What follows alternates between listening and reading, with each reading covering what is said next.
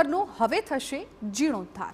વાત છે રાજવાડી શહેર વડોદરાની, કે જ્યાં શહેરના મધ્યમાં આવેલા પ્રાચીન અને ઐતિહાસિક ધરોહર સમાન માંડવી 4 દરવાજાનું આખરે સમારકામ કરવામાં આવશે।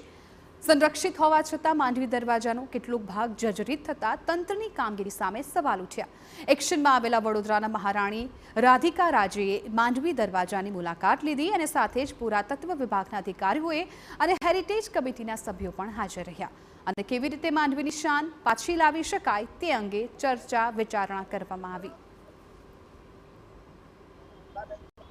એક્સપર્ટ્સને પણ બોલાવ્યા છે અને એમનું શું કહેવાનું હશે એ શેર કરશે।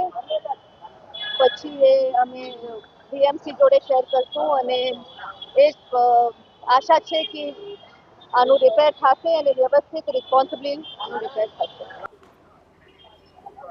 મહત્વપૂર્ણ છે કે શહેરના મધ્યમાં આવેલા માંડવી 4 દરવાજા ગાયકવાડી રાજની અમૂલ્ય ભેટ છે। સાથે જ આ દરવાજા પ્રાચીન ધરોહરમાં પણ સામેલ છે। જોકે વર્ષો જૂની પ્રાચીન ધરોહર જર્જરિત થતા સ્થાનિક કક્ષાએ સમારકામ માટે રજૂઆતો કરાઈ હતી। આખરે વડોદરાના મહારાણી એક્શનમાં આવતા હવે તંત્ર દોડતું થયું છે।